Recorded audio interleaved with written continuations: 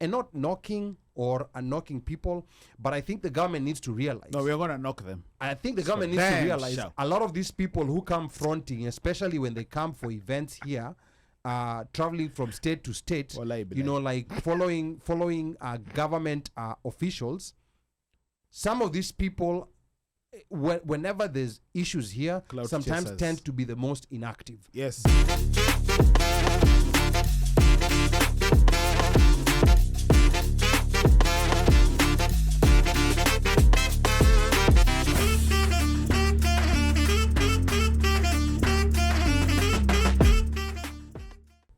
Pablo says, I think there are people who purport to authoritatively speak and act for the diaspora.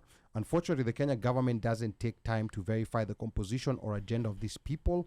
Hence, the reason why it has never been easy to have anything working between the Kenya government and the people in the diaspora. And I 100% 1,000% with Pablo. That's a kind of comment that needs to be framed. Esther Mulusa Kwanza says, wale watu wale tujipelekanga Kenya wanaenda kujipeleka huko kutafuta sijui kupiga picha na brown. I'm like, bro, what are you trying to do? Like, okay, are you actually like here? You don't do stuff, but then you go to Kenya and try to go to all these government offices. What are you trying to put in? Mika, start here. No, no. You remember the welcoming committee for Kerea? The current president. Now, forget about even the welcoming committee. Remember, there was someone, and we are not going to mention their name, who went and purported to have created, remember that hashtag that it came here from the OneMicShow, but Mika is the one to study. Mika is the first one to coin it. And there are people who went in ministries and told them, and wrote letters that we got access to because we know people, that claiming that they're the ones who created that hashtag.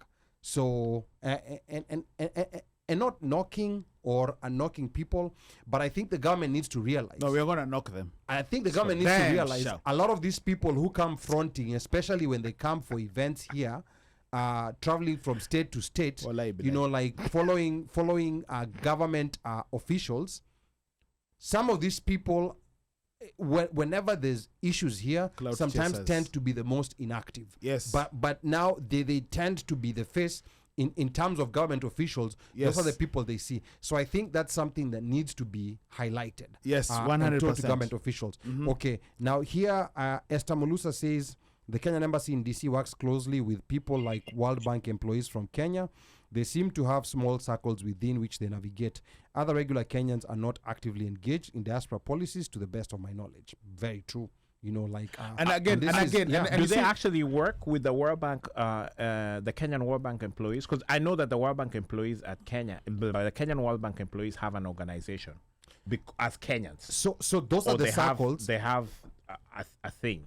I think the problem is that those are the circles that now the diplomats, here I'm not talking about the local stuff, the diplomats, because they're here for a short period, so those are the circles that they get to know intimately. And I think part of the disconnect is that the diplomatic staff does not properly utilize the local staff, because the local staff, those are the ones who do the hardest work, those are the ones who know us.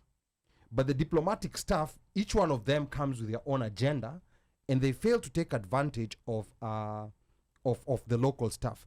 I'll say this because I come from the experience of my mother worked for the U.S. Embassy in Nairobi for close to 30 years. And of course, also the U.S. embassies, they rotate, their diplomats. Mm-hmm. But whenever diplomats came, they always relied on locals. Correct.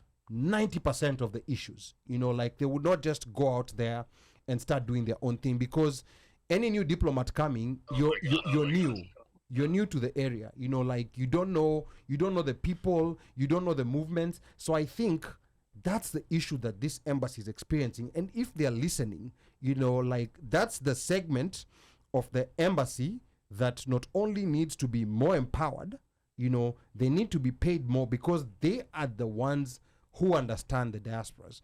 Diplomats coming here for 3-4 years, they don't know us. No. They don't know us. A lot of times when you see them, Like it's an event, or they are passing through. It's an event, and they're totally clueless. Yeah. Like about what's going on here. So they have their own. They have their own thinking of what's happening, and they're within those circles like the World Bank, IMF, and that circle of Kenyans that's in DC. But qua ground, virtually different, yeah, bro. The only diplomat who tried to skip that barrier was Ambassador Big Ted.